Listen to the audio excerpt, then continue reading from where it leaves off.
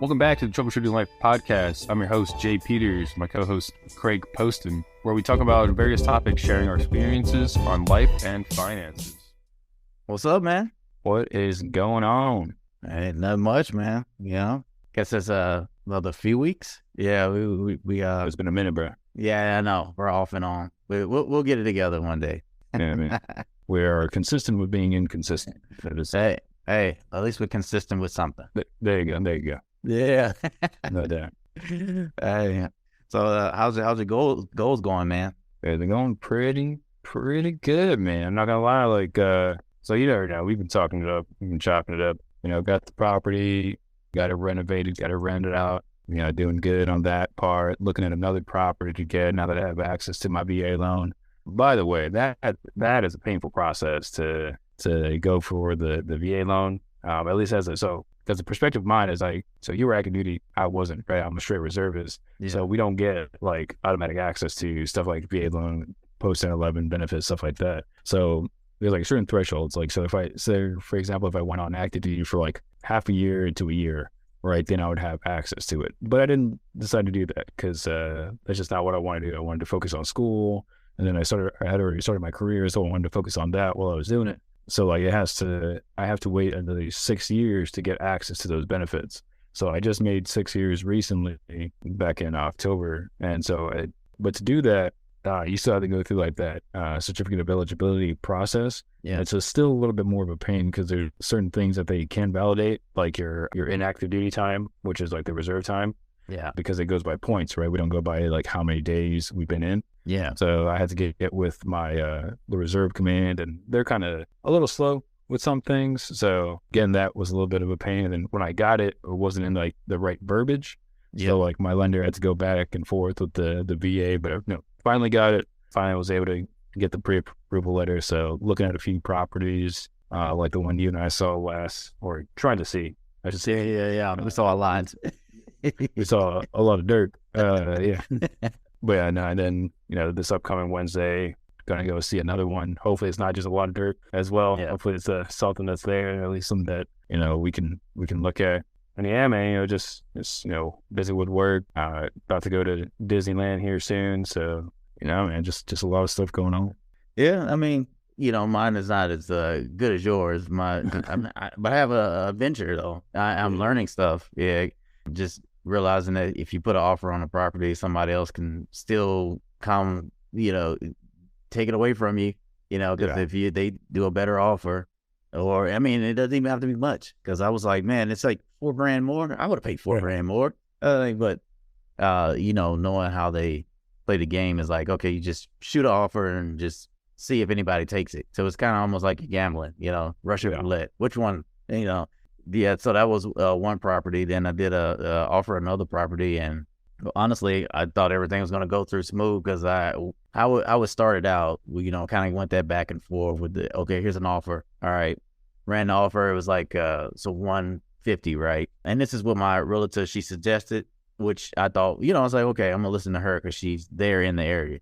And then after that, they came back with a counter with it's like a 168 or something like that. And then we're like, okay, we'll counter again. Let's do 160 with the, closing, 2,500 closing costs, right? Then they came back with another offer and they were like, okay, do think it was 165 with up to $3,000 in closing costs. And I was just like, well, if they still feel like it's worth a lot more, let's just go through the process, get an appraisal done on it and see if it's really worth that. So, fast forward, that's what we did, went to the bank, said, hey, this is the property we're going to go forward with. I was already approved. All we had to do is just go, I had to submit a few more documents and underwriting, which, like I said, still was approved. And basically we're waiting on the seller of the property. When the appraisal came back, it wasn't what they thought it was, which we thought it was going to come back lower. And it did, 156. Then after that, waited a couple of days. I think actually the weekend. Went over the weekend. I was like, okay, I got a addendum. Got that form sent to me from my real estate agent. And the only reason why she sent it to me because they told her, go ahead, send it. Meant that we were thinking, okay, that meant that they agreed to the price. And 156 was the bank, got from the appraiser. And then they shot back with us talking about they didn't want to go with that. they want to go with 162, and almost like a take it or leave it type of situation where they say, hey, we got all these people knocking on our door saying they want this property, all this blah, blah, blah. And then, I told my real estate agent, because I'm tired of playing games. This doesn't even make sense. Just if they feel like they really want that property and it's really worth that amount of money, then they should keep it and sell it to whoever really wants it. Yeah. And that's kind of like how it went. And now I'm back to putting in offers again. Yeah. So, just like I did another offer, and then that one was quickly, I wouldn't say shot down, just somebody else that put another offer in that was better. Because we only went 1,000 over asking price. We didn't really go, just to see what, what was out there. So obviously somebody else shot higher. They really thought, and they thought the property was worth more, which it probably was. But I'm not sure what appraisal will say afterwards. It's like one of those things. Yeah. I know. So like some of the what I would do, like for the second one that I got, is that I had 2 offers on. Like I had an offer on one property and I had an offer on another one, and I was like, all right, whichever one comes back quicker.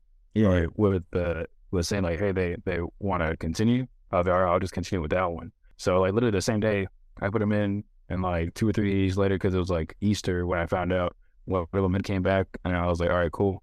And then like when I went to go do the inspection for that one, I was talking about with my realtor, and she was like, oh, that other property you put an offer on, they're like, oh, we wanted to go with that person, and you're like, well, you were too late. So like, I mean, it kind of goes both ways, but I mean, it's a good thing for you, because like say if you want to put on like offers on different places, like you still have that opportunity to say no, or if they're taking too long, or if one place is taking too long and then the other place, and that'll help you make your decision a little bit quicker. Yeah, and I was talking to somebody else, and they were saying do the multiple offer thing. So just shoot out multiple offers of different properties, and whichever one comes back. And then I was still kind of confused about it, so I kind of Googled this process, and how it works is you let the bank tell you can't do it, and that's how you get out of all your like if you had multiple offers and they actually all came back to you and said, hey, yes, we're good to go, you can only get approved for one loan at a time in the process. So that would automatically kick you out, and you just go with the one that you wanted.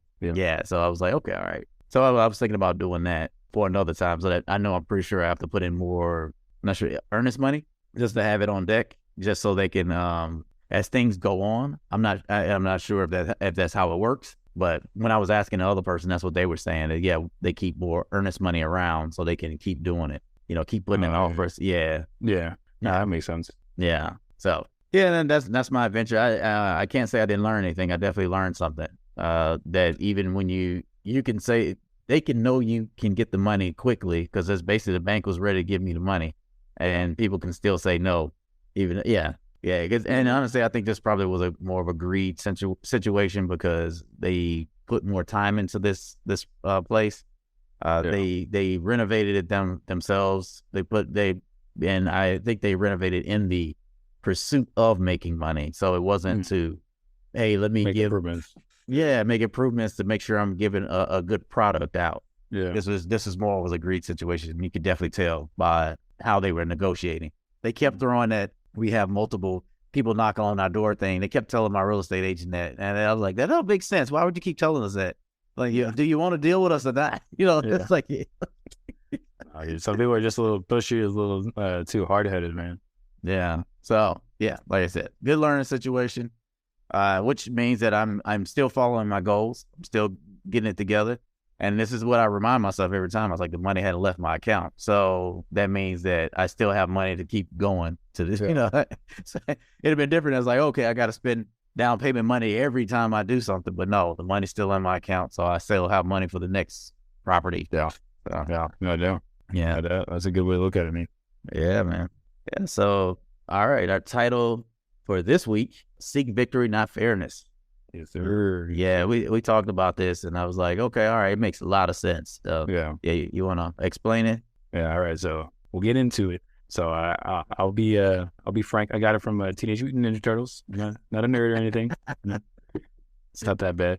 But no, yeah. So that's a true thing. I got it from Teenage Mutant Ninja Turtles, and I think it was from like the OG ones. And I think that's the ones that came out in the '90s, where they're wearing those weird turtle suits. Still love those movies, man. Go Ninja, go Ninja, go. All the time. So like in the first one, right? I can't really remember exactly the scene, but it was either like all of them got jumped or like Ralph, the one with the red bandana, he got jumped, like complaining to the master, right, Master Splinter. Yeah. And he was like, man, maybe if they wouldn't have jumped me, I probably would have won and stuff like that. And his advice to the student was, seek victory, not fairness, right? And in life, there are times where we're down and out, and we really wish it was fair, like, and we wish that we would have had like an upper edge, but we just don't, right? And that's the thing, like life isn't necessarily going to be fair to you, and it's not necessarily designed to be fair to you, but you still have to fight through it, right? You still have to go through life. You can't just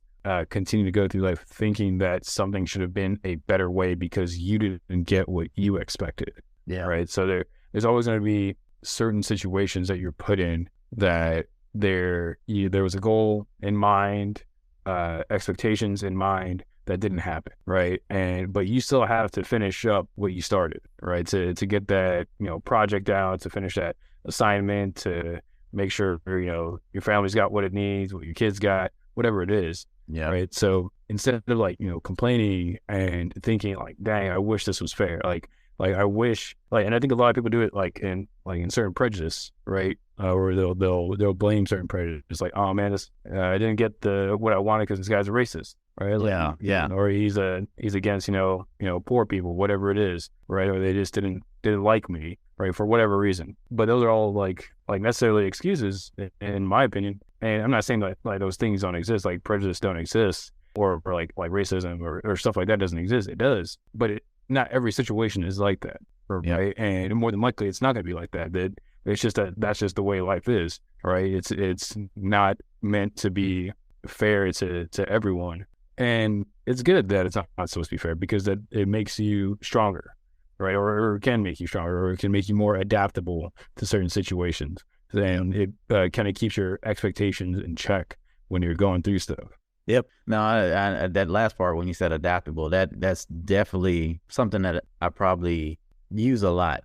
I try not to put any excuses in, and I think that's the issue with a lot of us. We'll try to say that, okay, yeah, they didn't like me because of this, or they're not accepting me because I'm too young or too old, or it's like whatever it is. And what I try to focus on is just the goal. Kind of like you have there, like the victory. Like, so what am I trying to accomplish? Okay, that we need this done. All right, then we're going to work on that.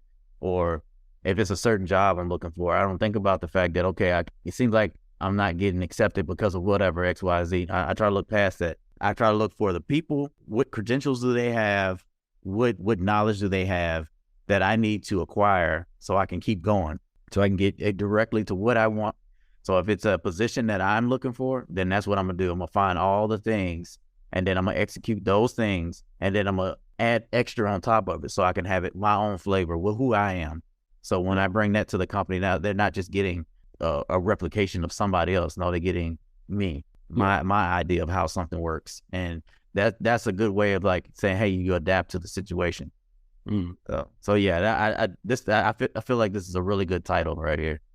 Yeah, no, and like, part of what you put on here was like, don't shy away from adversity, right? And because it does separate you. It separates you from the people that are willing to do the work versus the people that aren't, right? Yeah. Because because adversity is always going to happen, right? And like recently, I've been looking at listening to like a lot of stuff about Kobe, right? I mean, unfortunately, he passed away, right?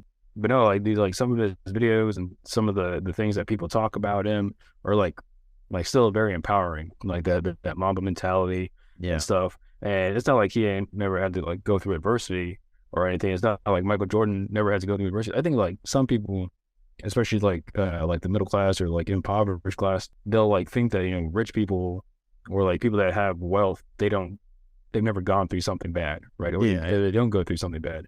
Or like even people like celebrities, they only see them at that one point, right? They see them on Insta, they see them on whatever other social media there is, and they just see like that one snapshot of how successful that person is now, but they don't see like all the background stuff that they had to do to get to that certain point. I'm not saying everyone had to go through like a lot of stuff, right? I'm not saying people didn't get silver spoons or anything, but there are a decent amount of people that to get to that success, they had to fight through a lot of adversities, right? You think that, you don't think that racism doesn't affect like someone like Kobe Bryant, someone that's like Shaquille O'Neal, right? Someone that's like Jay-Z, right? They're the same race, right? Yeah. It's not like they didn't have to go through, they just didn't make excuses for it. Yeah, exactly. Right? They decided to overcome whatever that specific adversity was.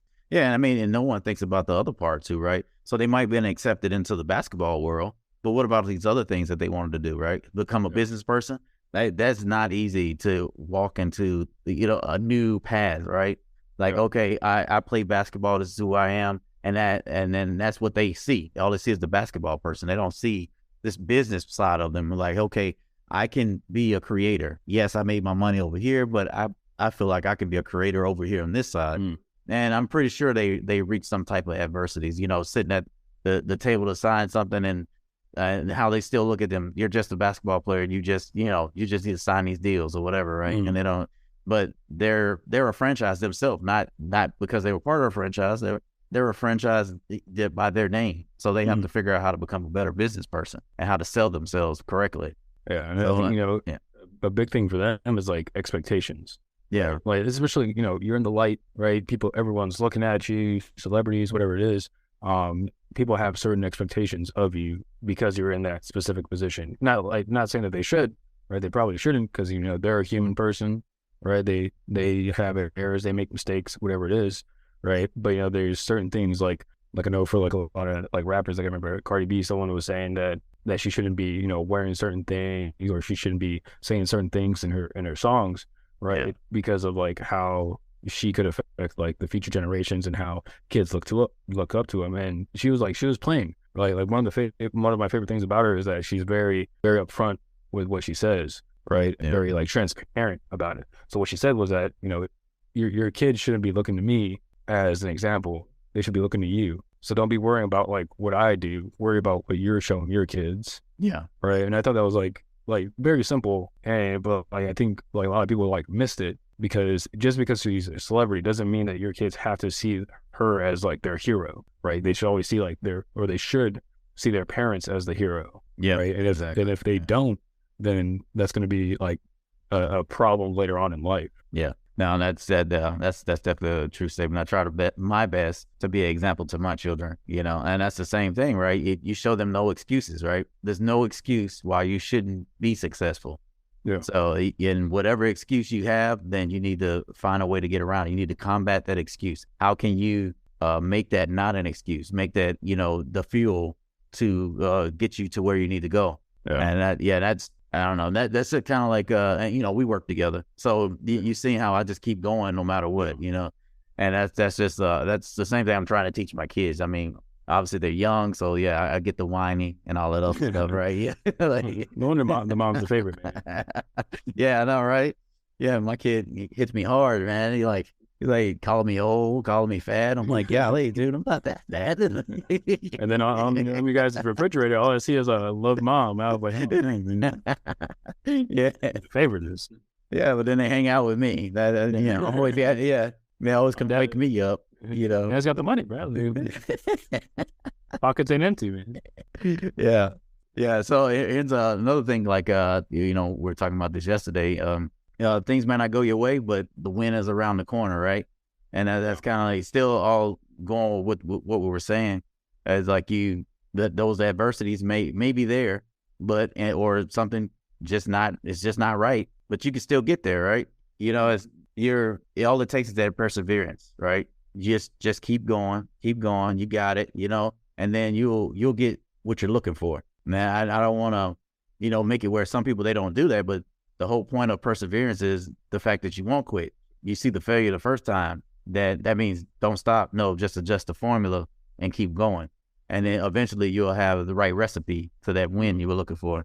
Yeah, man. And seeking victory or like, looking towards like the destination or the outcome, right? And stop worrying about like all the little things that happen in that journey or in that process, right? So like if you ever like, turn on your GPS, turn on your Google Maps, trying to go somewhere, do you really worry about that there's an accident on the road? Do you really worry that maybe there's potholes? No, you honestly probably don't think about that, because the GPS is telling you where to go, Right. Yeah. It's leading you in the best possible route that it knows at that time. So, and I think that's like people don't fully understand is that like there's still adversaries, right? There were still accidents on the road. There were still crazy drivers on the road, right? Yeah. But you still got to that specific destination. And in life, that's what's going to happen, right? You're going to go through something, and things that aren't going to go your way are just going to keep happening, right? But if you focus on the destination rather than what else is all happening around you or the outcome, then I think it'll kind of be smoother for your mental processing, emotional processing, whatever it is. It'll keep helping you move forward. Yeah. No, I agree with that. Yeah, 100%. It's just, it's just life, right? Yeah, it's just life in general. Hey, we're gonna always have these adversities, and as our next point, life isn't meant to be fair. All right. Yeah, if we were all the same, guess what? Everything would be easy. And you wouldn't have one person that could lead the other into, to the light. If everyone's the same, how will we know who to trust, who to believe? Yeah, everything's the same. Nothing changes. I mean, if you think about it, right? Some people are wealthier than the next, smarter than the next, right? Have more athletic abilities than the next. But those are all the things that make our race keep getting better and better. That's because if you had the same thing, they won't have that urgency to do anything different. We're all the same. But when you have somebody to look up to that's like amazing, all right, that's more wealthy, that can write formulas straight from their head. All those things, they help create, that new person. It forms that new person coming out because you're like, oh, I want to do that. But then you can't do exactly what that person does. Like I said earlier, it's like you adjust it and you have it with your own flavor and you're like, and you create something totally different. And man, that's how businesses are formed anyway, right? You can just take what somebody already have and then you put your spin on it. It's a new business, but people feel like it's brand new, right? Yeah. And so I don't think life was meant to be fair. Like if life was fair, again, you would have everyone the same. Everyone wore the same clothes, drive the same car, do the same things. Yeah. What do you think about that? Oh yeah, no, that's very true. Because like the thing is with adversity that a lot of people I don't think fully understand is that adversity will elicit growth. Yeah. Right? Whether that's you personally or the greater whole community, global, whatever it is, right? And yeah, like you said, like if it was meant to be easy, then everyone would do it. Yeah. Right. But adversity is what's going to keep people away from it. And some of the things that like I know like Les Brown and stuff would say is that it's not that you don't get hit, right? Like people get hit all the time, or like say if you're boxing, right? Yeah. It's not like you're not going to get hit, right? You're going to get hit, but how do you get back up from that hit, or how quickly do you get back up from that hit? Because like you ever seen a boxer and they get hit, they come up, get hit, whatever it is, it don't feel good, man. Yeah. Like adversity doesn't feel good. Right? No. Feeling like you're down and out, it doesn't feel good. But it's not about the feeling of feeling good. It's about the objective of being successful in whatever you want to do, or whatever that expected outcome you wanted. So that those like fleeting feelings of being tired because you're staying up all night studying, or being hungry because you at that point you can't afford food, or you're too busy to really eat as often. Like those are just such small, minute feelings in like the bigger scheme of life that I think people will kind of gravitate towards. Yeah, no, and like I said, I think I never look for anything to be fair. And one of the big things is like how everyone looks at rich people, like they have this, this certain privilege or whatever. Why not try to have that same privilege and then find out that it's not a privilege at all? Like you understand that? Yeah, it's a responsibility. You find out that like it's a lot more work to become wealthy than it is, than it is to just kind of coast or do, or just be normal. I mean, think about someone like Warren Buffett, right? Now you're a billionaire. You feel like you're reaching the end of your life, right? At some point of your life. And then now you have to come up with a decision how to spend your money. And most people think, okay, give it to your relatives. But then you're like, that's not the wisest thing to do. I don't want to create this certain type of people in my family. I want to make the world better. So if I want my money to go somewhere else, or I want to build buildings, I want to, help try to decrease some of the poverty in the United States or any other country, these are like those responsibilities of being such a wealthy person. What is that, like Carnegie? I think that's one of the things that he believes in. Like you should not die with your wealth. You should do something with it. All right, that's one of those things that my life can't be fair. Yeah. No doubt. And the thing is, like, it's crazy because you think, like, people got problems, man. Like, when you poor, right, you have like a lot of problems, or you like elude a lot of problems too, like not having money, right? Yeah. But then, as you start making money, or for those that do have money, like you were talking about the wealthy and stuff, they just have the same problems and more on top of it. Yeah. Right. Like they have to fight like even more harder to keep what they have, right? Yeah. To make sure that they don't lose everything. And the thing is, like, another thing that I heard about, like a lot of like celebrities where they came from impoverished times, is that, they never actually leave that, right? And like MC Hammer, he didn't really come from money. And as he started making money, friends, family started like bleeding him dry. So that's why he ended up going, bankrupt, losing a decent amount of like chunk of money, right? But that happens to a lot of other celebrities, like a lot of football players. They go through it, right? Where, they started playing the game young. Yeah. They get a bunch of money, but, families still need money. Their friends still need money. And then there was one like Kevin Hart. He said in an interview that like one of his biggest things, money pits, is like investing it in his friends' ideas.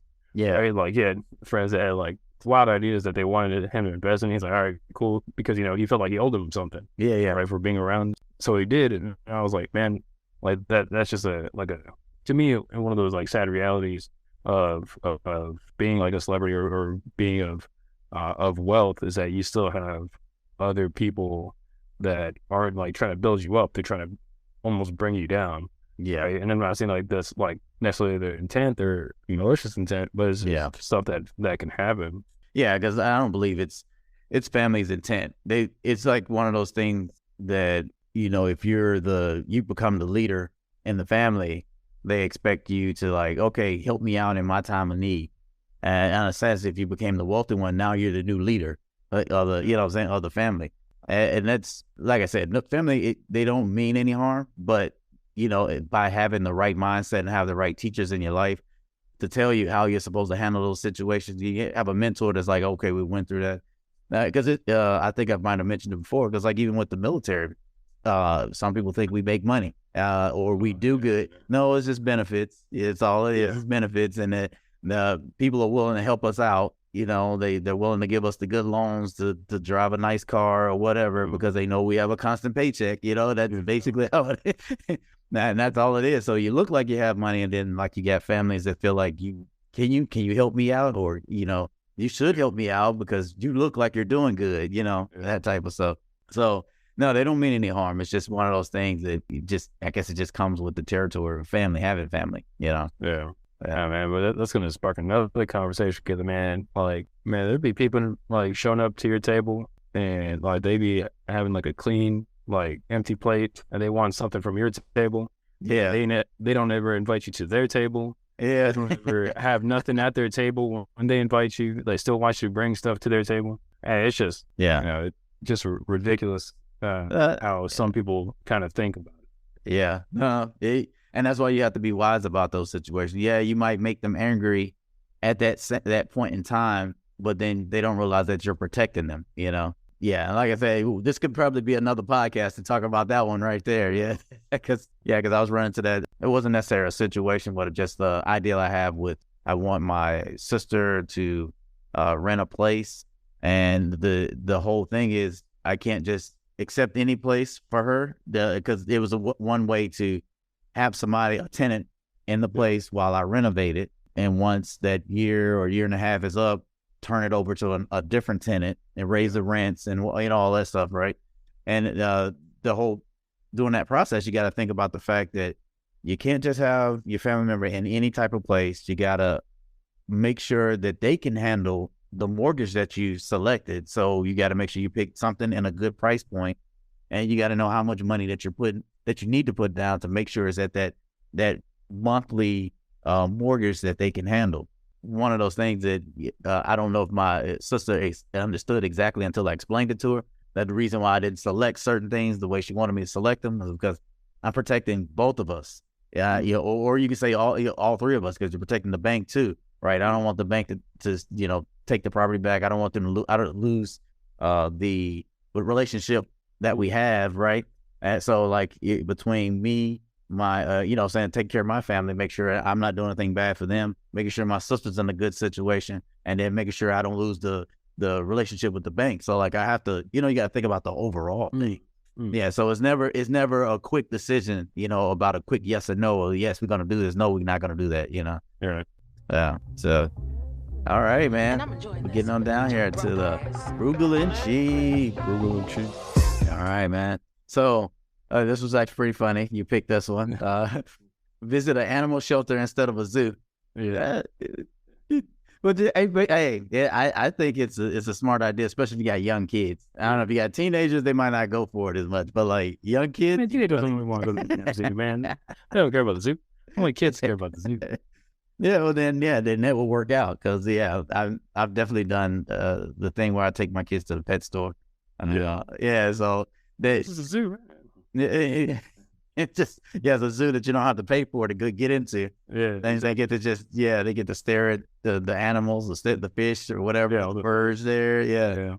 So it's actually, I guess, and I've never just traveled to an animal shelter, so that's actually, I might try that, because I do the pet store thing. Yeah. I have done like that, like not like to instead of a zoo kind of thing, but I've gone to like an animal shelter, and it's actually not too bad. Like, go to, because you can take care of the dogs, or you can like feed the dogs, whatever it is. Yeah. Or like even play with them. At least or check them out and stuff. So I mean, it's a good time, time for the dogs, and I mean, kids probably like it because they love all the animals. So yeah. But yeah, no, that's definitely a funny one. Yeah, and it depends on how, I guess, what angle we're looking at for cheap or for frugal on this one, right? Yeah. I mean, honestly, I think it's frugal, because I mean, anytime I can not spend money on certain things for the kids and focus it in another area, then I think that's frugal. But if you just going on a date there or no? What's that? Yeah, take them to that might be on the cheap side, right?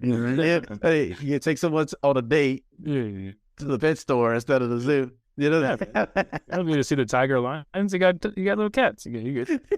Yeah, we got these kittens over here in this little glass case. Yeah. So, what's their call? What'd you call it? Frugal or cheap? Oh man, if it's a date, it's cheap as hell. Yeah, I think it might be a little cheap. You're like that. You might not get a second date after that. Like, yeah, true. Yeah, I'm surprised you got the first one. But no, but if it's for like kids, like, man, I used to love going to like the pet stores when I was a kid. Yeah, I mean, I wasn't tripping about the zoo. Like, the zoo is outside; it could be hot. Like, I'm good. Yeah, you do have those factors too. Yeah. It's a lot quicker or a lot closer to the pet store than it is the zoo. So, yeah. All right, man. All right, so we're gonna go ahead and get out of here. Thank you, everyone, for listening. This is the Troubleshooting Life Podcast. It's Craig and Jay signing off. We'll see you next week. See you next week. Please like and subscribe.